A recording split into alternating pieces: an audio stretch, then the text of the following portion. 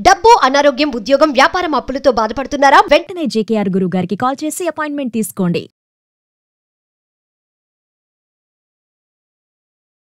Hi hello నమస్తే, welcome back to Suman TV. ప్రస్తుతం మనతో పాటు ఉన్నారు ప్రముఖ కేరళ జ్యోతిష నిపుణులు, life coach, money skills, law of attraction, date of birth లేని వారికి పుట్టుమచ్చల శాస్త్రం, ప్రశ్న శాస్త్రం, హస్తరేఖల ద్వారా జాతకాన్ని కూడా తెలియచేయగలిగే ప్రముఖ బ్రహ్మశ్రీ డాక్టర్ జేకేఆర్ గురువు గారు ఉన్నారు. గురుగారితో మాట్లాడదాం. నమస్తే గురుగారు. నమస్తే అమ్మా. గురుగారు, ఇప్పుడు మనుషులు పుట్టాక సాంప్రదాయాలు, ఆచార వ్యవహారాలు అనేవి వచ్చాయి కదా. అంటే కొంతమంది వాటిని పాటిస్తే ఏమవుతుంది, పాటించకపోతే ఏమవుతుంది, అంటే ఏమైనా అనర్థాలు జరిగే అవకాశం ఉంటుందా? ఒకవేళ పాటించకపోతే సాంప్రదాయాలు అన్నారు కదా, ఆచార వ్యవహారాలు అంటున్నారు కదా, మరి దీన్ని ఎలా చూడొచ్చు అంటారు? మంచి క్వశ్చన్ తల్లి. నేటి కాలంలో ఆచార వ్యవహారాలని పాటించే వాళ్ళు చాలా తక్కువరా.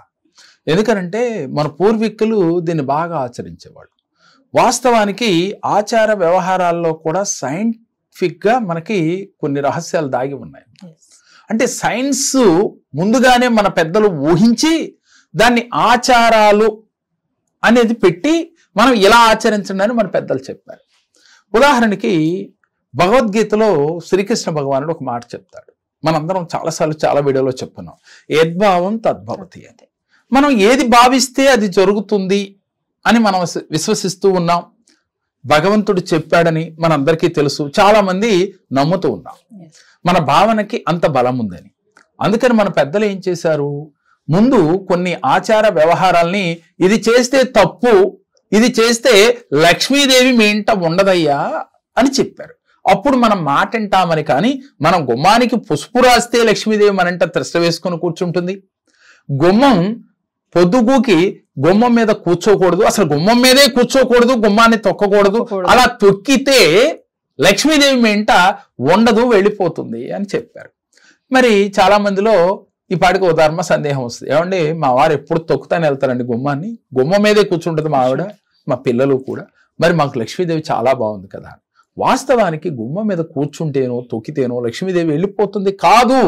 మన పెద్దలు ముందు చూపుగా ఎందుకు చెప్పారంటే, గుమ్మము అంటే ఇంటి సింహద్వారము, ఆ సింహద్వారము ఎవరు కూడా దాన్ని పవిత్రంగా చూడాలయ్యా అని చెప్పారు. అలా అని చెబితే మనం వినం కాబట్టి ఇలా మీరు చేస్తే లక్ష్మీదేవికి ముడిపెట్టారమ్మా.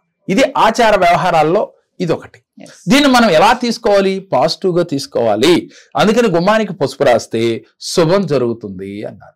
మరి గుమ్మానికి పసుపు రాస్తే శుభం ఏంటి అని ఆలోచిస్తే, ఎప్పుడైతే పసుపు గుమ్మానికి రాసామో క్రిమికీటకాలు మన ఇంట్లోకి రాకుండా అక్కడ బ్రేక్ అవుతాయి. నెగిటివ్ ఎనర్జీ గుమ్మం దగ్గరికి వచ్చి అయిపోతుంది, ఇంట్లోకి రాదు అని మన పెద్దలు ముందు చూపుగా ఆలోచించి మంగళవారము, శుక్రవారము లక్ష్మీవారాలు కాబట్టి ఆ రోజు రాస్తే లక్ష్మీదేవి అనుగ్రహం కలుగుతుంది. అలా బొడిపెట్టారు. మరి ఇప్పుడు మనం దీన్ని ఎలా తీసుకోవాలి ఆలోచించరా తల్లి ఒకసారి. అంటే దీన్ని పాజిటివ్గా తీసుకుంటే మనకి ఎంతసేపు పాజిటివ్గానే ఉంటాం. ఇక్కడ నెగిటివ్ ఆలోచిస్తే, నిజమా అంటే పసుపు రాస్తే డబ్బు ఉంటుందా అని ఆలోచిస్తే అసలు ఉండదుగా మన దగ్గర డబ్బు. మనం ఏది తెలిస్తే అదేగా లా ఆఫ్ అట్రాక్షన్ చెప్పేది. అదే విధంగా మనకి ఎప్పుడూ కూడా పొద్దుగూకిన తర్వాత కొన్ని మనం ఎవరికి అప్పుగా ఇవ్వరాదు అని చెప్పారు. అలాగే ఏ స్త్రీ అయితే ఇంటిలో జుట్టుని విరబోసుకుని బొట్టు సరిగా పెట్టుకోకుండా ఉంటే ఆ ఇంట్లో శుభాలు జరగవు. ఇంకా దానికి చాలా పెద్ద మాట కూడా చెప్తారమ్మా. ఎందుకంటే ఆ మాటలు నేను ఈ లా ఆఫ్ అట్రాక్షన్లోకి వచ్చిన తర్వాత మాట్లాడటం కూడా ఇష్టం లేదు. అంటే కొన్ని అరిష్టాలు జరుగుతాయని చెప్తూ ఉంటారు. కానీ అది వాస్తవం అంటే వాస్తవం కాదు ఇక్కడ సైంటిఫిక్గా చెప్పేటప్పుడు. మరి ఏది వాస్తవం? ఎప్పుడైతే ఇంట్లోకి అడుగు పెట్టగానే ఆ స్త్రీ కళకళలాడుతూ చక్కగా జుట్టుని ముడివేసుకునో జడ వేసుకునో బొట్టు పెట్టుకుని నిండు ముత్తైదలాగా కనపడింది అనుకో అమ్మ, ఇంటికి వెళ్ళిన ప్రతి వ్యక్తికి, వెళ్ళిన వాడికి ఆనందంగా ఉంటుంది ఆవిడ చూసినప్పుడు. ఆవిడని చూడగానే ఒక లక్ష్మీ తల్లి ఉట్టిపడినట్టుగా, లక్ష్మీ కళ ఉట్టిపడినట్టుగా ఉంటుంది. మరి వెళ్ళగానే ఆవిడ ఒక భూతంలాగా దెయ్యంలాగా జుట్టు పెట్టుపోసుకుని మనకు కనపడింది అనుకో అమ్మ, మనకు ఎలా ఉంటుందిరా? మనకు కూడా భయం వేస్తుంది, నెగిటివ్ ఎనర్జీ వస్తుంది. అందుకని మన పెద్దలు ఏం చెప్పారు, ఇంటి ఇల్లాలు ఎప్పుడు ఎలా ఉంటే ఆ ఇంట్లో లక్ష్మీదేవి వాళ్ళలాడుతూ ఉంటుంది అన్నారు. అక్కడ కూడా లక్ష్మీదేవినే ముడిపెట్టారు. అంటే ప్రతి మనిషికి ప్రీతికరమైనది ఏమిటి అనంటే డబ్బు. అందుకని ప్రతి దాంట్లో కూడా డబ్బును తీసుకొచ్చి ముడిపెట్టారు. ప్రతిరోజు కూడా ఇంటిని శుభ్రపరచుకోవాలి. ఎన్ని తప్పు కాదు కదరా ఆచార వ్యవహారాలు ఏమి. మన పెద్దలు ముందు చూపుగా చెప్పారు, ఆచార వ్యవహారాలు ఇలా ఉంటే మీరు ఆరోగ్యంగా ఉంటారయ్యా. ఇంటిని ప్రతిరోజు శుభ్రపరచుకోండి, ఇంటిని పవిత్రంగా ఉంచుకోండి, నీట్గా ఉంచుకోండి అని చెప్పారు. అలా ఉంచుకుంటే ఏమవుతుంది అనంటే ఇంట్లో పాజిటివ్ ఎనర్జీ ఉంటుంది. ఇది ఇప్పుడు భాషలో పరిభాషలో చెప్పాలంటే మన పెద్దలు చెప్పింది, ఇల్లు ఏ ఇల్లు అయితే కళకళలాడుతూ ఉంటుందో, ఏ ఇల్లాలైతే ఎప్పుడు నవ్వుతూ ఉంటుందో ఆ ఇంట సిరుల తల్లి శ్రీ మహాలక్ష్మీదేవి త్రిష్ట వేసుకొని కూర్చుంటుంది అని చెప్పారు.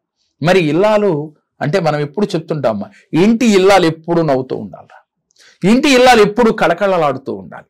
అలాగే చెల్లి కానీ అక్క కానీ తల్లి కానీ అంటే ఏ స్త్రీ అయినా సరే బంధాలలో వారికి ఉన్న బంధాల్లో ఏ స్త్రీ అయినా సరే ఎప్పుడూ బాధపడుతూ ఉండకూడదు. దాని అర్థం ఏమిటంటేనమ్మా, స్త్రీని ఇబ్బంది పెట్టకూడదు అని చెబితే వీడు ఎనడు అని పెద్దలు ముందుగా ఆలోచించి దానికి ఇలాంటి మాట చెప్పారు. అప్పుడు వీడికి భయం ఏముంటది, ప్రతి మనిషికి డబ్బు రాదేమో డబ్బు పోతుందేమో అని ఒక భయంతోనన్నా వాళ్ళని హింస పెట్టకుండా ఉంటారు అని. మనం లాజిక్ కూడా ఆలోచిస్తే ఏంటంటే తల్లి ఇంట్లోకి వెళ్ళగానే భార్యతో గొడవ పట్టము, చెల్లితోనో అక్కతోనో గొడవ పట్టం, తల్లితో గొడవ పడుతున్నాం అనుకోమ్మా, ఆ ఇంట్లో ఏముంటదిరా, అశాంతి ఉంటుంది, ఇతనికి మనశ్శాంతి ఉండదు. గొడవ పెట్టుకున్నాననే కాసేపు ఆనందం ఉందేమో, తర్వాత ఇతనికి మనశ్శాంతి ఉండదు, ఇంట్లో వారికి ఉండదు, ఇల్లంతా కూడా నెగిటివ్ ఎనర్జీతో నిండిపోద్ది. ఒకళ్ళని చూస్తే ఒకళ్ళు శత్రువుని చూసినట్టుగా ఉంటారు. అలా ఉన్నప్పుడు ఇంట్లో ప్రేమ ఏముంటుంది, ప్రేమ ఉండదు, ద్వేషం ఉంటుంది. ద్వేషం ఉంటే ఏముంటుంది, మీరు ఏది ఇస్తే అదే కదా వచ్చేది. ఒకళ్ళ నుంచి ఒకళ్ళు ద్వేషాన్ని పంచుకుంటూ ఉంటారు, ఒకళ్ళనొకళ్ళు తిట్టుకుంటూ ఉంటారు, అసలు కొట్టుకుంటూ ఉంటారు. అక్కడ మీకు ఏది వస్తుంది అంటే నెగిటివ్ వస్తుంది, నెగిటివ్ ఆలోచనలు వస్తాయి. దానివల్ల మీరు ఫైనాన్షియల్ గా ఎదగలేరు. అందుకని మీరు లక్ష్మీదేవి ఉండదయ్యా అని చెప్పారు. ఇంట్లో ఎప్పుడు గొడవలు పడేవాడు వీడు బయటికి వెళ్ళి వ్యాపారం మనశ్శాంతిగా చేయలేడు కదా, ఉద్యోగం మనశ్శాంతిగా చేయలేడు కదా. ఇంట్లో ఎప్పుడు కలకలాడుతూ భార్య గాని తల్లి గాని అక్క గాని చెల్లి గాని ఉన్నప్పుడు వాళ్ళు ఎదురు రమ్మని వాళ్ళని చూస్తూ ఆనందంగా ముందుకు సాగితే మీకు అద్భుతాలు జరుగుతాయా అని చెప్పారు. అంటే ఇప్పుడు రోజుల్లో అందరూ పాటిస్తున్నారా లేదా అని పక్కన పెడితే అమ్మా ఆచార వ్యవహారాల్లో ఇది కూడా ఒకటి. మరి అలా ఎదురు వచ్చినప్పుడు వీళ్ళకి శుభం జరుగుతుంది అని, వాస్తవంగా అది ఎదురొస్తే శుభం జరుగుతుందా అనంటే ఎదురొస్తే శుభం కాదురా. మనం పని మీద బయటికి వెళ్ళినప్పుడు చిరునవ్వుతో ఎవరి భార్య అయినా కానీ అక్క గాని చెల్లి కాని తల్లి కాని ఎదురొచ్చినప్పుడు మనకి శుభం జరుగుతుంది. చాలా మంది పిల్లి ఎదురొస్తే అశుభము అని అంటారు. ఇదినే ఉంటావు కదా తల్లి, నల్ల పిల్లి పిల్లి ఎదురొస్తే అశుభం, నల్ల పిల్లి కానీ ఏదైనా సహజంగా పిల్లి ఎదురొస్తే అనుకుంటూ ఉంటాం. వాస్తవంగా పిల్లి ఎదురొస్తే అశుభం అనేది కూడా కరెక్ట్ కాదు. ఎక్కడ మీరు మెంటల్ గా ఏం ప్రిపేర్ అయిపోయారు, మీ తాత మీ తండ్రి మీ నాన్న మీకు ఏం చెప్పారు, అయ్యా పిల్లి ఎదురొస్తే అశుభం అయ్యా అని చెప్పారు. అది మీ నాన్నగారు అవలంబించారు, మీరు చూస్తూ ఉన్నారు, మీ మైండ్ లో కూడా నాటుకుపోయింది, మీకు కూడా అదే ఫీలింగ్ తో ఉన్నారు. అంటే ఇక్కడ కారణం ఏంటి, నిజంగా వీళ్ళు పిల్లి ఎదురొస్తే వీళ్ళకి అశుభమే జరుగుద్దమ్మా. ఎందుకని వీళ్ళ భావనలో అది ఫీడ్ అయిపోయింది, నెగిటివ్ ఉంది. అందుకని నిజంగా పిల్లి ఎదురొస్తే అది జరుగుతుంది, వీడియో ఎదురొస్తే మంచిది కాదు. ఒంటి ధన్యం ఉన్న వ్యక్తి అంటే ధన్యం వేసుకున్న వ్యక్తి ఎవరైనా వస్తే మీకు అశుభం అయ్యా అని చెప్తూ ఉన్నారు. ఇవన్నీ నిజాలా అంటే వాస్తవంగా కాదమ్మా, మనం మైండ్ లో ఫీడ్ అయిపోయిన నెగిటివ్ మాత్రమే. అది మీకు లోతుల్లోకి ఎప్పుడైతే ఫీడ్ అయిపోయిందో మీకు అలాంటి జరిగినప్పుడు తెలియకుండా ఏదో ఒక మైనస్ మీకు కనపడతా ఉంటుంది. నాకేమీ కాదు, ఇవన్నీ కూడా ట్రాష్ అనొద్దమ్మా, పెద్దలు చెప్పారు ఎందుకు చెప్పారో, కానీ నేను మాత్రం నాకేమీ కాదని నువ్వు మనసులో భావన చేసేళ్ళు.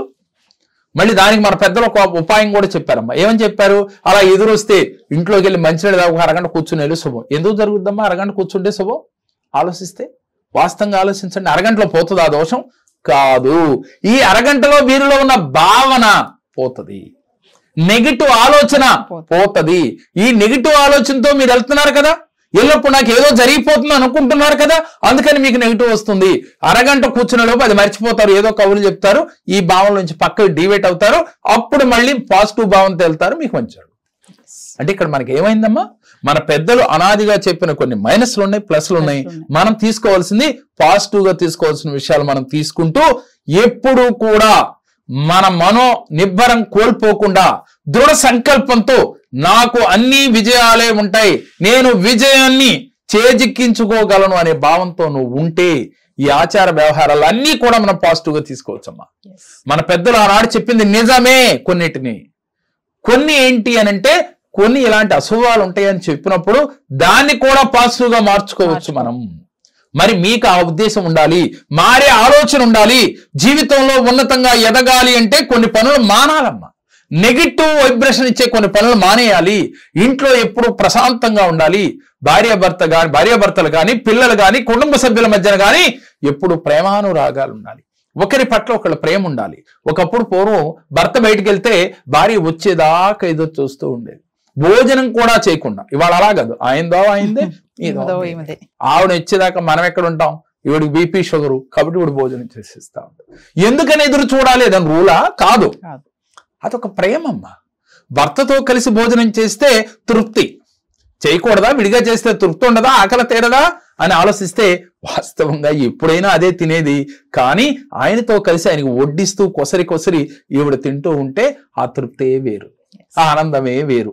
అందుకని ఆ తృప్తి కోసం ఈవిడ ఆయన 4 గంటలు లేట్ అయినా ఆయన ఎక్కడో ఏదో మంచి చేయని చెడు చేయని ఎక్కడో ఉన్న ఆయన కోసం ఎదురు చూస్తూ ఉంటుంది. అలాంటి బంధాలు కావాలమ్మా, అలాంటి ప్రేమ కావాలి. అలాంటి బంధాలు నీ చుట్టూ ఉన్న నాడు నువ్వు ఏదైనా జీవితంలో సాధించగలుగుతావు, ఉన్నతంగా ఎదగగలుగుతావు. ఆచార వ్యవహారాలు అలా పుట్టినవే.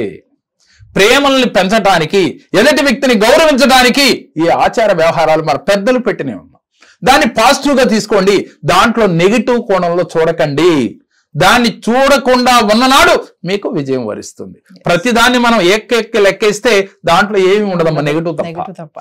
దాన్ని పాజిటివ్ గా ఆలోచిస్తేనే అంతా మన పాజిటివ్ ఉంటది. విజయం మనని వరించి తీరుతుందమ్మా, జీవితంలో ఉన్నత వ్యక్తిగా నిలబెడుతుంది. చరిత్రలో మీకు ఒక పేజీ ఉంటుంది. దేనినైనా పాజిటివ్ గా తీసుకున్నాడు, చరిత్రలో మనకి ఒక పేజీ ఉంటుంది. లేని నాడు అందరిలాగా మనం ఒక్కడిగా ఉంటాం. 100 మంది సైన్యంలో మనం కూడా ఒక సైనికుడిలాగా ఉండిపోతాం. ఒక రాజులాగా ఉండాలి అంటే మన పరిస్థితులను మనం అనుకూలంగా మార్చుకోవాలి. తల్లి, మనం మణి మంత్ర క్లాసులు పెడుతూ ఉన్నాం. దాంట్లో ప్రైమరీ క్లాస్, మాస్టరీ క్లాస్ అని కూడా పెడుతూ ఉన్నాం. మాస్టరీ క్లాస్ లో వెళ్ళి ఒక డివైన్ పవర్ ఏంటో చూపించడం జరుగుతుందమ్మా. భగవంతుడు చేరువైతారు. వాళ్ళు చేరువైన రోజున ఆ ఎఫెక్ట్ ఎలా ఉంది, ఆ ఫీలింగ్స్ ఎలా ఉన్నాయి వాళ్ళకి చేరువవుతాయి మాస్టరీ క్లాస్ లో. ఈ ప్రైమరీ క్లాస్ లో అయితే వాళ్ళకి ప్రజెంట్ అసలు మనిషి ఆర్థికంగా ఎలా స్థిరపడాలి, మన ఆలోచన ఎలా ఉండాలి, బంధాలని ఎలా కరెక్ట్ చేసుకోవాలి, జీవితంలో ఉన్నతంగా ఎలా బతకాలో ప్రైమరీ క్లాస్ లో వీళ్ళకి చెప్పడం జరుగుతుంది. అలాగే 1-to-1 సెక్షన్ కూడా మన దగ్గర ఉందిరా. ఆ 1-to-1 సెక్షన్ లో జీవితంలో ముందు నేను ఎన్నో కష్టాలు పడుతున్నాను సరే, కష్టాలు పోయే మార్గం లేదా, ఎందుకు ఈ కష్టాలు వచ్చినాయి అడిగితే వారికి ఏ జన్మల నుంచి ఈ కర్మలు, ప్రారంభ కర్మలు వచ్చినాయి, ఏ జన్మల నుంచి ఈ కష్టాలు ప్రాప్తించినాయి, దాని నుంచి బయటపడే మార్గం ఏమిటి అనేది 1-to-1 సెక్షన్ లో వీళ్ళకి చెప్పడం జరుగుతుందమ్మా. ఆ తర్వాత దీన్ని ఆన్లైన్, ఆఫ్లైన్ ద్వారా కూడా 1-to-1 సెక్షన్ ఉంది. సో అది ఎవరైతే ఈ కష్టాల్లో ఉన్నవారు ఒక్కసారి స్క్రీన్ పైన స్క్రోల్ అవుతున్న నెంబర్లకు కాల్ చేస్తే వారికి మరిన్ని వివరాలు వాళ్ళు తెలియజేస్తారా. ఈ అపాయింట్మెంట్ తీసుకుని ఒకసారి 1-to-1 సెక్షన్ లో వస్తే మీకు భగవంతుడితో ఎలా కనెక్ట్ అవ్వాలి, మీ కష్టాల నుంచి ఎలా బయటపడాలి, జీవితంలో ఉన్నతంగా ఎదగాలంటే మీరు ఏం చేయాలి అనేది పరిపూర్ణంగా వీరి జాతకాన్ని విశ్లేషించి, డేట్ ఆఫ్ బర్త్ లేదు, ప్రశ్నా శాస్త్రం, ఇంకా పుట్టుమచ్చల శాస్త్రం లేక అస్త సాముద్రిక, ఇలా 11, 13 కోణాల్లో లా ఆఫ్ అట్రాక్షన్ ని వాడుతూ వారి జీవితంలో ఉన్న సమస్యల నుంచి బయటికి తీసుకురావటమే ఈ కేరళ జ్యోతిష్యం యొక్క మోటో. గుర్తుపెట్టుకోరా తల్లి. అందుకని ఎవరైనా కష్టాల్లో ఉన్నప్పుడు మీరు కంగారు పడకుండా ఒక్కసారి నన్ను అప్రోచ్ అయితే మీ జీవితాల్లో అద్భుతాలు పొంది తీరుతారు. నమస్కారం తల్లి. నా పేరు సుజాత. మేము కడప జిల్లా ప్రొద్దుటూరు నుంచి వచ్చాం. మా భర్తకి మాకు ఆర్థిక ఇబ్బందులు ఉండడం వల్ల గురూజీని వచ్చి కలిసాము. ఆయన చెప్పిన సూచనలన్నీ పాటించినాము. అవన్నీ మా ఆయన డైలీ చేస్తున్నాడు. మాకు చాలా బాగుంది. అందుకని మళ్ళీ వచ్చి స్వామి కలవడానికి వచ్చినాం.